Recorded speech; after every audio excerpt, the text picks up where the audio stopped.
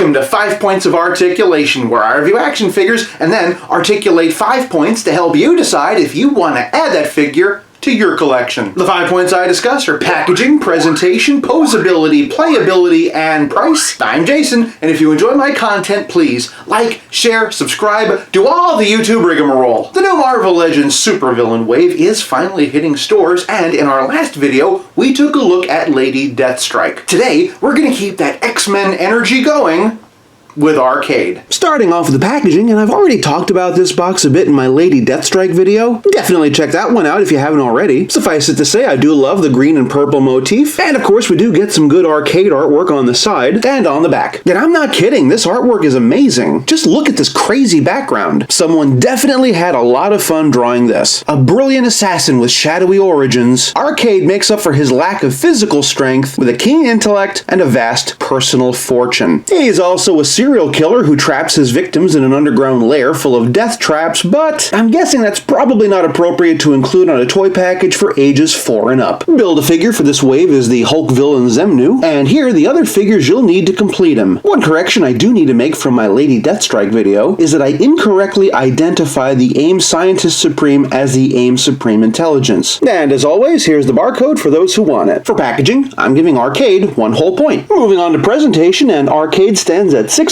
inches. He does get a little bit of a boost thanks to these platform shoes. These shoes are an entirely new sculpt. Otherwise, the body is a complete reuse of the Marvel Legends Patrick Stewart Xavier figure, save of course for the head sculpt and giant bow tie. Even though it's toned down a bit from the way he looked in the original comics, you still kind of have that youthful, impish look about him. They did a great job on that kind of 70s style hair. This is a body we've seen a bajillion times, but those little extra flourishes and this new color scheme help it to really pop. For presentation, I'm giving Arcade 1 whole point. Moving on to posability, and Arcade's head is on a ball joint and a disc hinge. Up this much, all the way down, little bit of tilt, and all the way around. Arcade's arm goes up that far, spins with no trouble, has a bicep swivel, double jointed elbows, and swivel hinge at the wrist. This jacket vest piece combo does get in the way of his ab crunch, but he spins all the way around. Ball jointed hips split out that far, definitely impeded by this jacket, but he can kick that far out. Moving on down from his hips, he does have a thigh cut, double jointed knees, and all the ankle things. He's a character who doesn't need to do much more than stand around, so anything else is a bonus. For posability, I'm giving Arcade 1 whole point. Moving on to playability, and in addition to the right leg of Xemnu, Arcade comes with his signature cane and this alternate head. It's based on more of a modern look with the long, scraggly hair. As you can imagine, that long hair keeps his head from looking up, but he can still look down just fine. It would probably make a great Cletus Cassidy head if you had a Marvel Legends Carnage that didn't include one, but for my taste, this is probably the first, last, and only time I'll ever be using this head on this body. But playability is more than just accessories, it's also about how well your figure plays with others, and nobody likes to play more than Arcade. So since this is a more retro-style villain, I thought it would be fun to put him alongside some of my 70s era X-Men. We have Storm from the Thunderbird 2-pack, Nightcrawler, Dark Phoenix 2-pack Cyclops, and the Wolverine is an 80